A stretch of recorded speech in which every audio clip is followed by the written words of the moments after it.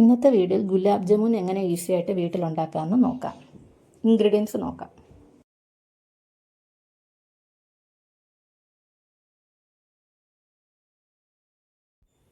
ആദ്യം തന്നെ ബ്രെഡ് എടുത്തിട്ട് കുറച്ച് 4-5 ബ്രെഡ് എടുത്തിട്ട് ഇങ്ങനെ 4 സൈഡും കട്ട് ചെയ്യാം.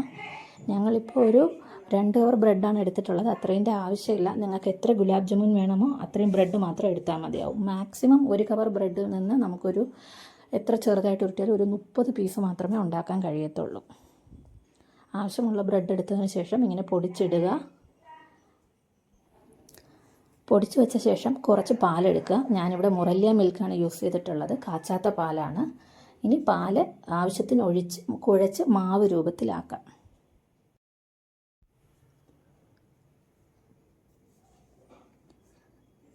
ഈ ഒരു പാകത്തിനായി കഴിയുമ്പോഴത്തേക്കും മാവിലേക്ക് കുറച്ച് നെയ്യ് ആഡ് ചെയ്യാം. ആവശ്യത്തിനുള്ള നെയ്യ് ആഡ് ചെയ്താൽ മതി. മാക്സിമം 1 സ്പൂൺ നെയ്യ് മാത്രമേ പാടുള്ളൂ. ഉരുക്കി വെച്ച നെയ്യാണെങ്കിൽ അത്രയും നല്ലത്. ഇനി ഗുലാബ് ജാമുൻ്റെ വലിപ്പത്തിനനുസരിച്ചിട്ട് നമുക്ക് അതിനെ ഉരുട്ടി ആ ഒരു രൂപത്തിലാക്കി വയ്ക്കാം.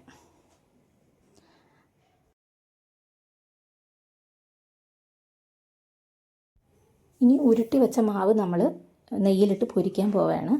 ആവശ്യത്തിന് നെയ്യ് എടുക്കുക. നിങ്ങൾ എത്ര പീസ് ചെയ്തിട്ടുണ്ടോ അത്രയും പൊരിയുന്ന രീതിയിലുള്ള നെയ്യ് എടുക്കുക. ഒരേ സമയം നമുക്ക് എല്ലാം പൊരിച്ചെടുക്കാൻ സാധിക്കില്ല. മാക്സിമം ഒരു 10-12 എണ്ണം മാത്രം ഇടാനായിട്ട് ശ്രമിക്കുക.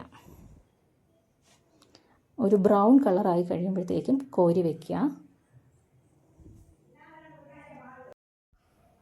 ഇനി കുറച്ച് ഏലക്ക എടുക്കുക. ഏലക്ക പൊടിച്ച് എടുക്കുന്നതായിരിക്കും കുറച്ചും കൂടെ നല്ലത്. ഒന്ന് ചതച്ചാൽ മതിയാവും, മൊത്തം പൊടിക്കണം എന്നില്ല.